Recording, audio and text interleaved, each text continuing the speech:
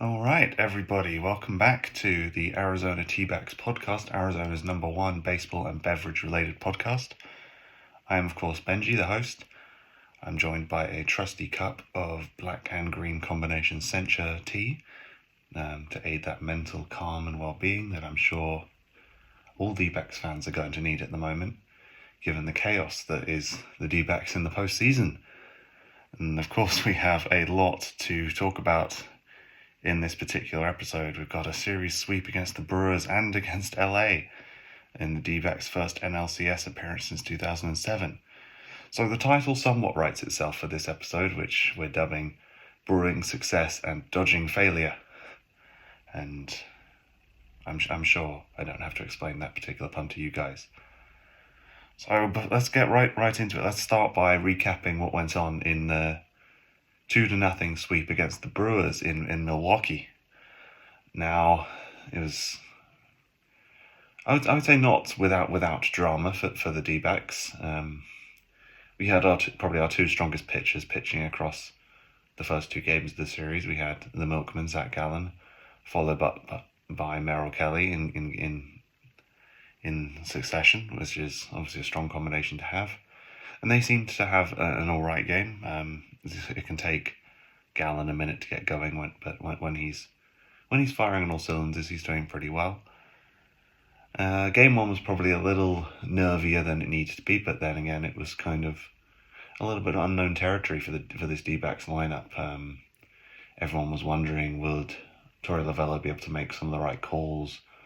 This is kind of postseason baseball, which is not something that's been played by the D-backs in a while. It hasn't yet been played in Arizona in that series. It was both in Milwaukee. And the D-backs went there and they won game one. And then game two was all about maintaining that composure. The D-backs lost Gabby Moreno in that game quite early to an injury. And Moreno's had a fantastic year. He's not always the most remarkable of hitters, but he's consistent. He defends the strike zone well, and he's one of the best catchers in the league at kind of getting the pitches in from whoever's pitching and then catching people out trying to steal second. He really does gun down base runners from first to second, and I think losing him could have been one of those things that maybe the old D-backs would have found a big trigger to that mental fragility, but they didn't. They held on.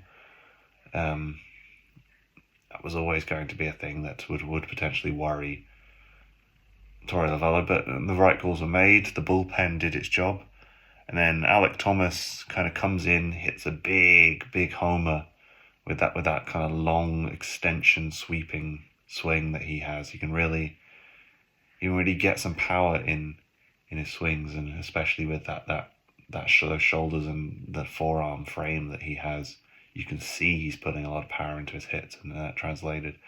And that somewhat reignited the D-backs at back a little bit. And I've found a good statistic where the D-backs became only the fourth team since MLB in the 1900s, in 1901 specifically, to have three players 23 and under go deep in the same postseason, which is really cool to see. And Alek Thomas, I think he's starting to get some of that recognition. He was one of the players that kind of got some time out, got some time away from the major leagues, got told here's some things you need to work on and develop, and then he came back, and I think he hit a homer in his first at bat since coming back up from AAA Reno, and I think that's an indication of the caliber of player that Arizona have on their hands there with Alek Thomas, and it's good to see him really going and shining in the postseason, which is it's very much, like I said, an unknown quantity for a lot of this lineup.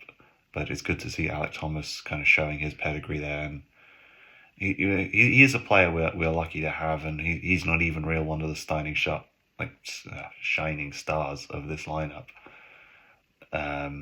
So having Alek Thomas be the player to get started really work, that's a step. And then from that point on, it was all about into the youth of that statistic driving the D-backs, and you're starting to see players who can be a little inconsistent alongside our big names coming into it. So then You come into the Dodgers series, and it was more of a sense of the balance between the two age groups in this D-backs roster, especially in the starting lineup. The veterans somewhat led by example, and he had great pitching throughout that series from Zach Gallen and Merrill Kelly again. But I think the difference maker in the Arizona bullpen was our acquisition from the trade deadline, which was Paul Sewald, who came in as a somewhat experienced veteran closer from the Mariners, and that has been the key to kind of hauling the D-backs over the line in these games.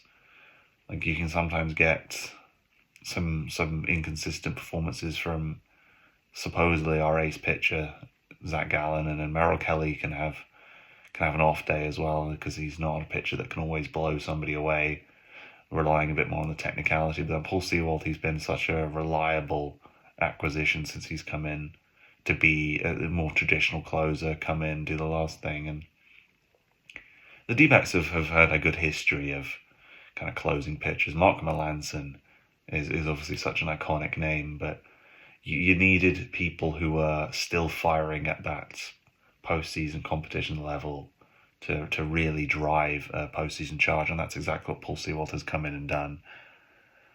And I think the key to that series, where we kind of stole the beat LA idea off of the Giants. I saw a couple of people in the stands at Chase Field with those big flags that just said beat LA. I think the key to that was very much keeping the big names and big hitters quiet. You got that 1-2 punch of Mookie Betts followed up by Freddie Freeman, and Freeman, I think, got on base, got a couple of hits in, but Mookie Betts has gone 0-11 in his at-bats in that series. And I think that says a lot as to D-backs really seeing that a player is in a slump, really not putting up the numbers that you would expect to see from a name that's that recognizable and a name that commands the kind of money that Mookie Betts does. And then seeing they're in a slump, and we took advantage of that. There wasn't a sense of, we'll give them a fighting chance. The D-backs kind of took the series by the scruff of the neck and stamped their authority on it as a team that everyone sort of kind of thought, okay, well, they got past the Brewers. Do the Brewers really have that many people who can threaten the D-backs? But then coming up against the Dodgers, it was most people had written off the D-backs before that series had started, and we went to LA. We came back with two wins under our belt, and then we got the win at Chase Field, and it's the busiest and most packed and noisiest I have seen Chase Field since I've become a baseball fan 3 years ago.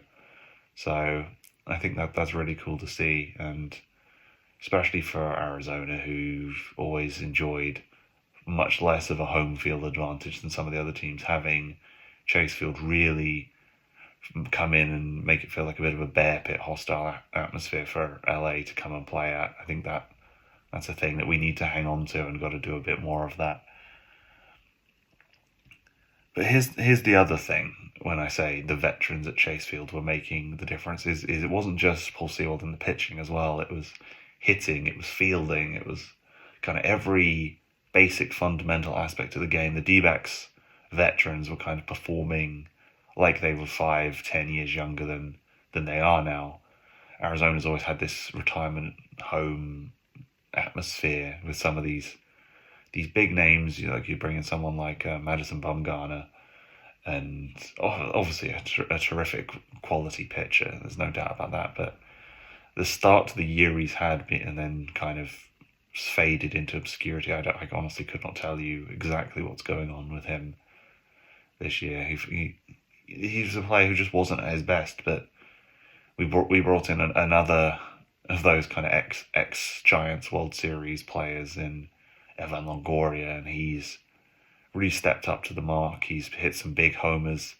The first homer I ever saw in person at a baseball game was this year in Arizona against the Braves. Longoria hit an absolute massive bomb out to left field, and that was pretty cool to see. So, and he's carried that into the postseason. He's come up with some big hits, but his kind of big moment was making a big flying catch off of a ball that would have been driven out, and probably probably at least a double base hit, but he got up and he reached his arm way kind of back and over his head and caught it and landed in to hit a double play at second and first, which was great to see from a player who you wouldn't always expect that level of athleticism.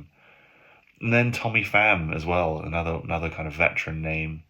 He's experienced, he knows what he's doing, and he's one of these names that you could bring in and think, oh yeah, they're here to play late season baseball, they're here to play postseason baseball, and that's a big difference. And what a difference he made. He's hit something ridiculous compared to how some of us could have predicted, and that's the evolution of this D-backs team this year. There's been some great pitching in places that's often not been backed up by runs, or when they've hit 5 runs, we've gone and the pitchers have given up 6 or 7. But now it seems that balance has been struck between pitching and hitting, and the D-backs are starting to really take advantage of that. And we're in the postseason very deservedly, and we're succeeding in the postseason deservedly. Everyone's been saying, oh, everyone loves an underdog story, etc., etc. But the D-backs at this point, can we really look at them and say they're an underdog? I'm not sure if you looked at that against the Brewers or LA, but going into our first NLCS in a very long time, I have to say I think we probably are the underdogs going up against the Phillies. It's going to be a really, really tough set of matches if we want to try and get through there and get into the World Series. If you look at how we rack up in the regular season, we won 3 games, but we lost 4 to the Phillies, and we were outscored 44-34 in the regular season against the Phillies, which is not a massive deficit. It's a thing that if you look at kind of a championship series, you'd look at that and say, okay, well, flip it on its head. There is the chance of a win there, and if we keep doing what we're doing, I think it's possible. But Philadelphia is the hardest place to travel out of all the teams still left in the postseason. If you look at the Phillies' win record at home, and then you look at the atmosphere that they generate, the way that the Phillies fans can lift a team if it's underperforming, as opposed to kind of piling onto it like Dodgers fans can be prone to do. You've really got to come in there and accept you are an underdog. You are expected to do poorly. You're expected to lose, and you got to do something with that. And I don't think this is something that'll scare the D-backs teams, but the psychological game is one aspect of it. But then you got to look at the names that are going to be playing that psychological game back. You have names like Bryce Harper, Trey Turner, Kyle Schwarber, and Nick Castellanos. These are all guys who can show up and they can perform and they can play well, and they don't really care whether or not you're in their head or not. They're just gonna keep slugging and slugging and slugging, or keep throwing, or keep running, or keep pitching, and they're not really going to give a damn who you are or whether or not you're the little Arizona Diamondbacks and you've got spirit and you've got pluck. Like, they're going to come up to the plate and face down a Zach Gallen or a Merrill Kelly, and they're going to think, this guy has a mistake in them. Let's hit them for all they're worth. Or if they're pitching against us, they'll look at somebody like Geraldo Perdomo and they're going to say, oh, this isn't Mookie Betts. This isn't kind of Ronald Acuna Jr. Let's just see what we can do pitching against them. They're not going to be afraid to pitch in that strike zone, pitch it with power against us. And while I think Perdomo's been somewhat of an unsung hero of this D-back season, they're going to be somebody that's got to try and keep their game up, because they've certainly stepped up in the postseason this year, but they've got to keep their game up if they hope to have any kind of thing that goes into that against the Phillies. But I think the idea of us being the underdogs is something that we can certainly use to kind of reverse some of that pressure back onto Philly. I think if we can go there and we can just upset their rhythm, upset their balance, I think it'd be useful. And of course, we have something of a not so secret weapon in Corbin Carroll, who's playing his first postseason baseball in his rookie season.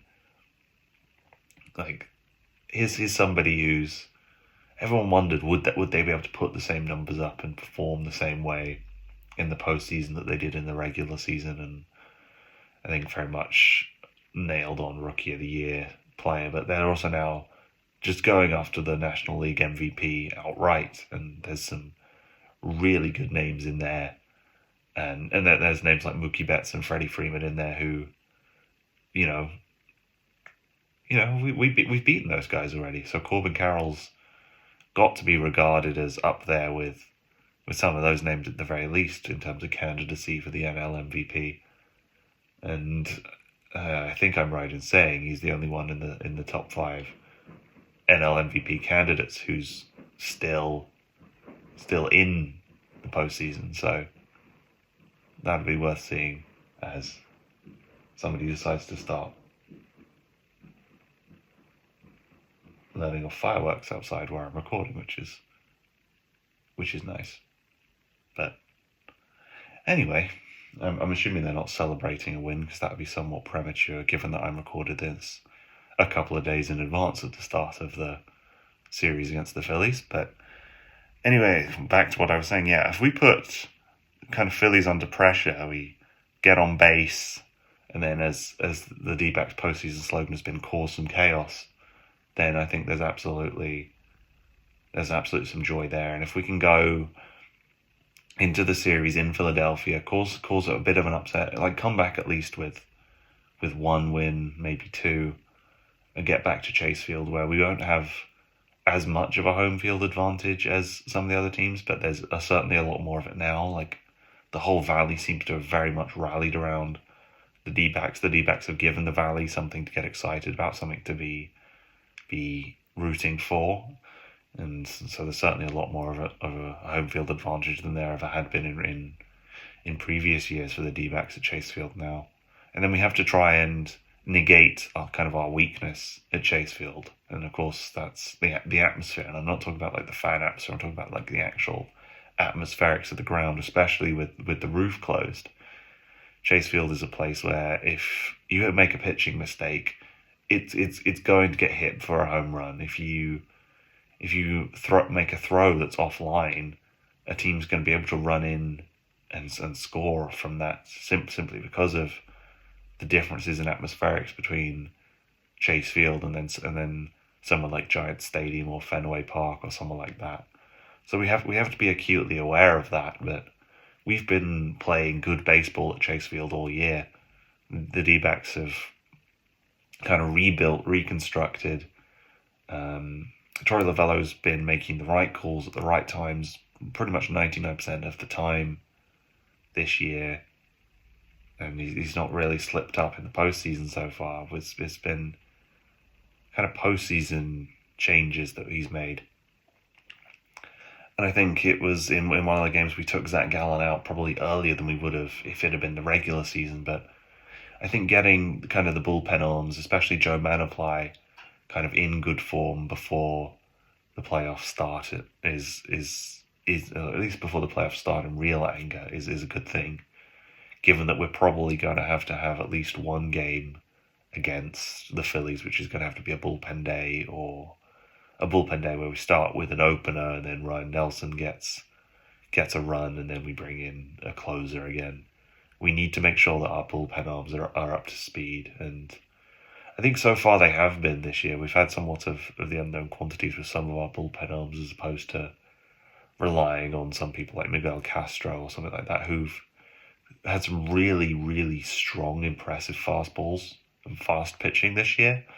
But I think they've been also very mistake prone at times and get themselves into a bit of a rut. So having our bullpen arms at their best, I think, will be one of the elements for success. And if we can go there, do a job, and then come back to Chase Field, get the crowd behind us, get some momentum rolling with some of our less well known celebrity pitchers, I think we'll do okay. And I think, the sky's the limit for this D-backs team. There's so much of an unknown quantity that they can always do something and surprise a lot of people. And like the commentators in the LA Dodgers series completely wrote the D-backs off before a ball was even thrown, and yet D-backs are still in the postseason. They're in the NLCS, and the Dodgers aren't. So that big team bias, I think could work in our favor if we understand that that's how it's going to be.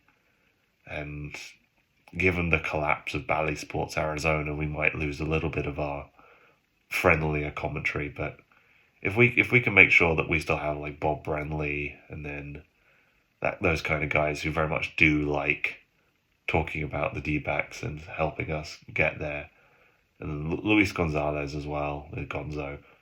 We get them on some national media, try and drum a bit of hype around. Ooh, are the D-backs going to do a job on the Phillies? And what on earth does that mean for baseball if that happens? I think that'll work in our favor. So, I'm going to sign that off there. I'm just got to say, let's go D-backs. Thank you guys very much for listening to the Arizona T-Backs podcast. Remember to give us a follow over on socials and stay tuned for further episodes in the future.